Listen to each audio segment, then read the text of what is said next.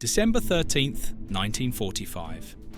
Irma Grese, the Hyena of Auschwitz, is hanged for war crimes at Hamelin prison. She was 22 years old. Most people assume she came from a family of fanatical Nazis, parents who raised her to be brutal, siblings who shared her ideology, a household steeped in hatred. But here's what the history books leave out. Her mother killed herself when Irma was 12. Her father, a Nazi party leader, beat her with her own revolver when she came home wearing an SS uniform, and her sister testified under oath that Irma ran away from childhood fights. This isn't a story about a monster's family escaping justice. It's about how a family that was already broken produced one of history's worst female war criminals, and then paid for it by vanishing completely.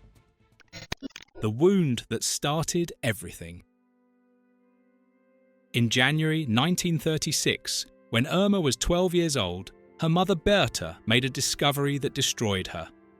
Alfred Grese, Irma's father, was having an affair. Rather than confront him or leave, Berta swallowed pesticide. She was 32 years old. This detail is almost never connected to Irma's later psychological profile. But it should be. The family didn't fracture after the war. It fractured a full decade before. A 12-year-old girl watched her mother choose death over the humiliation of her father's betrayal. Whatever stability existed in that household ended on that January day. The suicide wasn't quiet or hidden. In a village of 175 people, nothing stayed secret for long.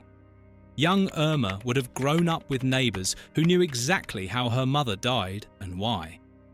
The shame of it, the whispered conversations, the pitying looks, the unspoken judgment, became part of her childhood landscape. Alfred didn't remain single long. By 1939, he had remarried a widow who brought 4 children of her own into the home. Suddenly, Irma found herself competing for attention in a blended household of 8 children, with a stepmother who had no particular investment in her well-being. She was already an outsider in her own home before the first shots of the war were fired. The Greses lived in Recken, a village in Mecklenburg so small it had a population of just 175 people. Everyone knew everyone. Everyone knew about Berta's suicide. And everyone watched as Alfred built a new family on the ashes of the old one.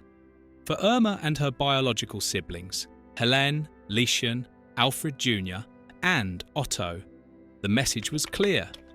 Their mother had been replaced, and so had they. The coward who became a monster.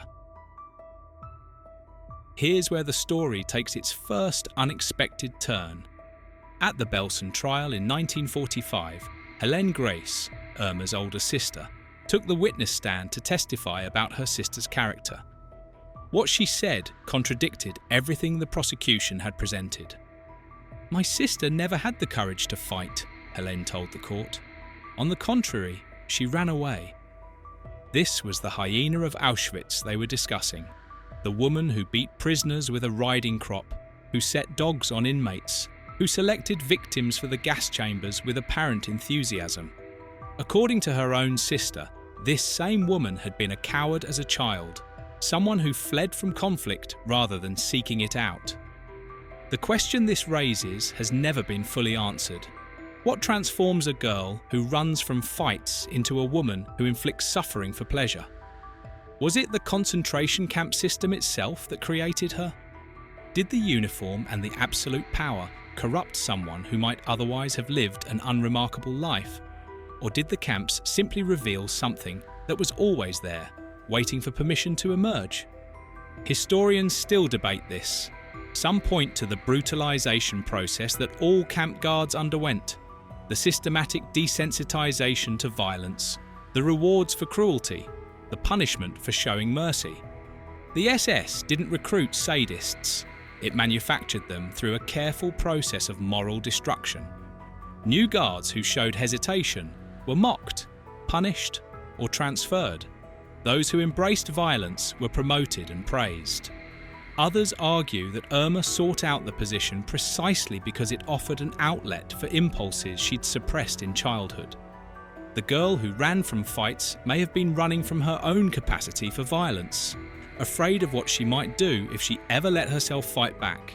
The camps gave her permission to stop running. What we know for certain is that the transformation happened fast. Irma joined the SS Auxiliary in 1942, earning just 54 Reichsmarks per month. Within months, she had earned a reputation for sadism that distinguished her even among Auschwitz guards. Survivors remembered her specifically: her blonde hair, her riding crop, her smile as she selected prisoners for death. Something in that environment unlocked a capacity for violence that Helene swore had never existed before. The Nazi who couldn't accept what he'd created.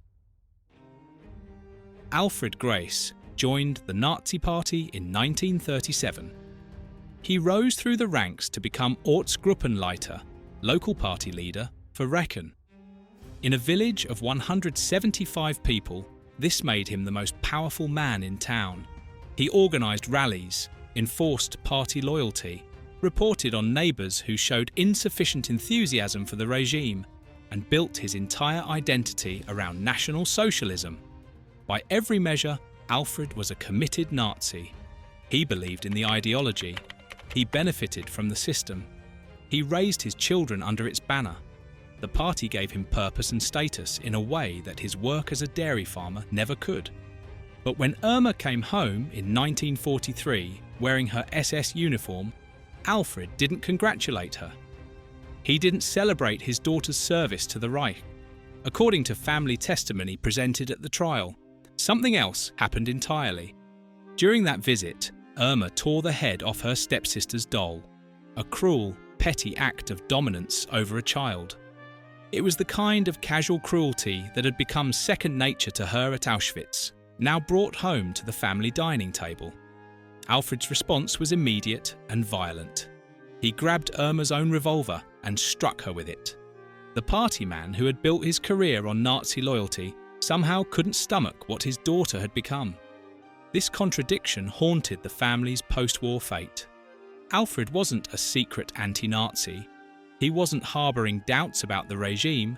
He simply couldn't reconcile his ideology with the reality of his daughter's transformation. The camps were acceptable in the abstract, necessary even for the purification of the race. His own child participating in them was something else entirely. It's a psychological paradox that appeared in many Nazi families: the ability to support a system of mass murder while being horrified when that system touched someone they loved. Alfred could be Ortsgruppenleiter of Recken, could enforce Nazi law on his neighbours, could believe every word of party propaganda, and still recoil from the SS guard his daughter had become. The cognitive dissonance never resolved. It just sat there, poisoning whatever relationship remained between father and daughter. The sisters' desperate mission. January 1945. The Soviet army is advancing through eastern Germany, and the Grese family is fleeing west toward Lübeck with thousands of other refugees. The roads are clogged with families carrying whatever they could grab: photographs, jewellery, winter clothes. Helene, now 20 years old, is somewhere in that chaos when she picks up a newspaper. That's how she learned the truth. Not from a letter, not from a family member, from a newspaper article reporting her sister's arrest at Bergen-Belsen. "I was horrified," Helene later testified. "How is such a thing possible? How can it be true? I knew of no camps." The family had been deliberately kept in the dark. Whether Irma chose not to tell them, or whether the information simply never reached their small village, Helene's shock appears genuine in the trial transcripts. She had spent 3 years believing her sister worked in some administrative capacity for the SS. She had no idea about the selections, the beatings, the systematic murder that Irma had participated in daily. But Helene didn't abandon Irma. Instead, she made a decision that would define her final appearance in history. She travelled to Lüneburg to find legal defense for her condemned sister. It was a desperate, doomed mission. The evidence against Irma was overwhelming.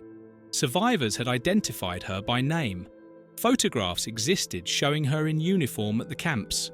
Her own statements at trial, including the admission that Himmler is responsible for everything that has happened, but I suppose I am as much to blame as the others above me, would seal her fate. Helene's testimony at the Belsen trial tried to humanize her sister, describing the childhood cowardice, the family dysfunction, the mother's suicide. She wasn't trying to excuse Irma's crimes. She was trying to explain them, to show the court that her sister had once been something other than a monster, that the transformation had a context, a history, a cause. It didn't work. On December 13th, 1945, Irma Grese was hanged alongside 2 other convicted war criminals. She was the youngest woman executed under British jurisdiction in the 20th century. The refugees who never escaped. Helene's testimony at the Belsen trial provides one of the only windows into the Grese family's final wartime months. She described refugee trains crowded with families, with small children on their arms, dead. She described fleeing Recken ahead of the Soviet advance, reaching Neustrelitz, and being overtaken by Russian forces before they could escape to the western zones. When the family finally returned to Recken, they found their home looted. Only a few belongings remained, and their swastika flag, she noted, was still standing behind the door. That flag would become evidence of Alfred's party membership, marking the family for what came next. This detail matters because of what it meant for their future. Recken was now in the Soviet occupation zone, where denazification wasn't rehabilitation. It was punishment. In the American and British zones, the Allies sorted former Nazis into categories: major offenders, offenders, lesser offenders, followers, and exonerated persons. The process was inconsistent and often lenient. Many former party members returned to normal life within a few years. But it at least created documentation. Records exist of who was tried, who was cleared, and who served sentences. The Soviets operated differently. Alfred's rank as Ortsgruppenleiter almost certainly triggered automatic classification as a major offender, meaning property confiscation, employment bans, and potential imprisonment or forced labour. Many former Nazi officials in the Soviet zone were sent to special camps that had, just months earlier, held victims of the Nazi regime. Buchenwald and Sachsenhausen, emptied of concentration camp prisoners, filled again with Germans accused of Nazi affiliations. The father who disappeared. Here's where Alfred Grese's story becomes remarkable. He simply vanishes from all historical records after 1945. No death certificate has ever been found. No denazification hearing transcript. No mention in family genealogies or village records. No grave marker in any cemetery in the region. Whether he died in Soviet custody, fled west under a false name, or survived anonymously in the German Democratic Republic, no one knows. The man who led the Nazi party in Recken disappeared as completely as if he had never existed. Given the chaos of the Soviet occupation, the mass arrests, the summary executions, the forced labour camps, his disappearance could mean almost anything. He might have died of typhus in a holding cell. He might have been shot trying to flee. He might have lived another 40 years under an assumed identity in some West German city, never telling anyone about the daughter who had been hanged at Hamelin. The uncertainty is permanent. Soviet zone records from this period are fragmentary at best, deliberately destroyed at worst. Thousands of former Nazi officials simply vanished into that system, their fates never recorded or long since lost.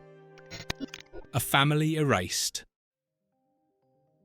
Helene vanished too. She was 20 years old when she took the witness stand at the Belsen trial. Her testimony provided crucial psychological context for understanding Irma: the childhood transformation, the broken home, the mother's suicide. She tried to humanize her sister while acknowledging the horror of what she'd done. Then, after her testimony concluded in late 1945, Helene Grese disappears from history just as completely as her father. Did she remain in East Germany, living under constant surveillance as the sister of a war criminal?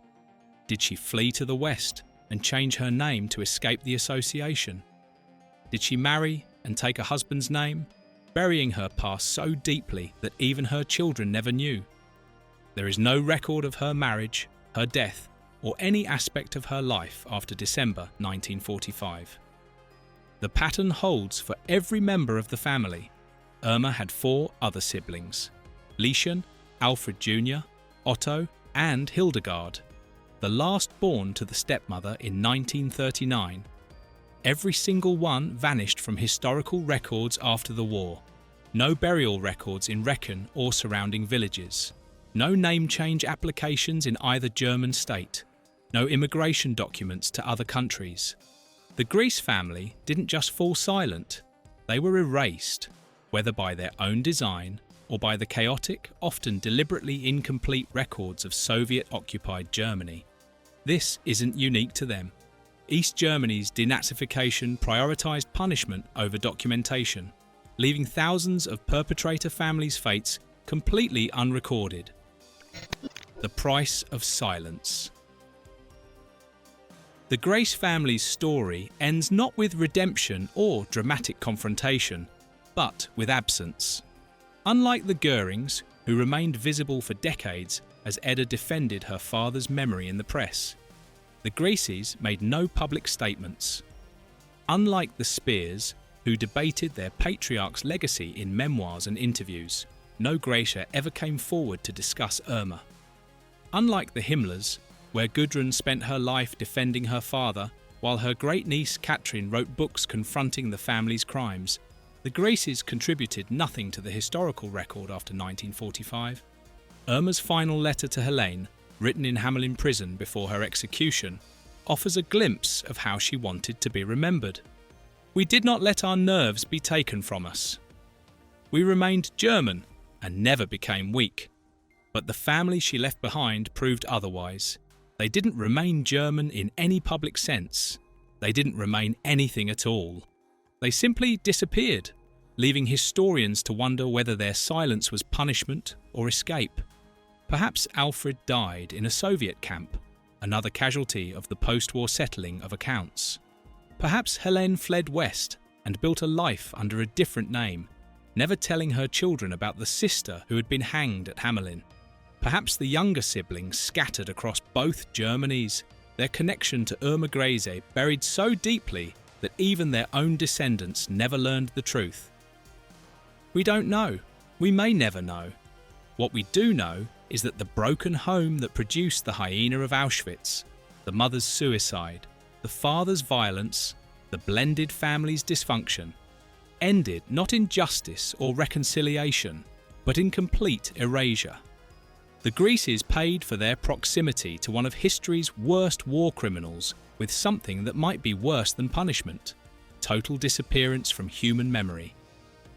The monster was hanged. The family simply ceased to exist. Thanks for watching History Hangover. If you found this video insightful, check out our other deep dives into the families who lived in the shadow of the Third Reich. Like this video, subscribe, and hit the bell so you don't miss our next upload.